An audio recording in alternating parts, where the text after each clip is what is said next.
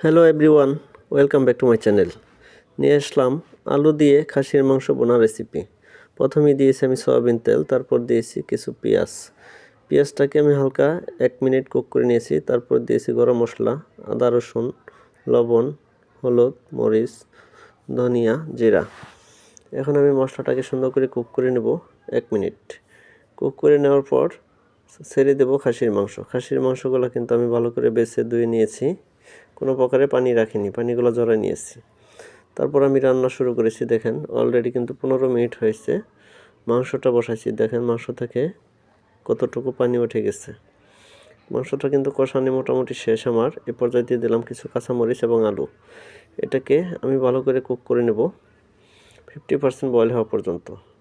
50% boil করা শেষ। এ পর্যায়ে দিয়ে দেবো আমি হালকা পরিমাণে কিছু পানি দিয়ে এটাকে হাই হিটে রান্না করব আরও 5 মিনিট। 5 মিনিট রান্না করার পর দেখেন আমার আকর্ষণীয় রেসিপিটা কিন্তু পুরোপুরি রেডি। কতটা ইয়ামি হয়েছে আর কতটা জুসি হয়েছে। আপনি যদি আমার স্টেপ বাই স্টেপ ভালো করে ফলো করেন, সেম স্টাইলে কিন্তু রেসিপিটা তৈরি করে নিতে পারবেন।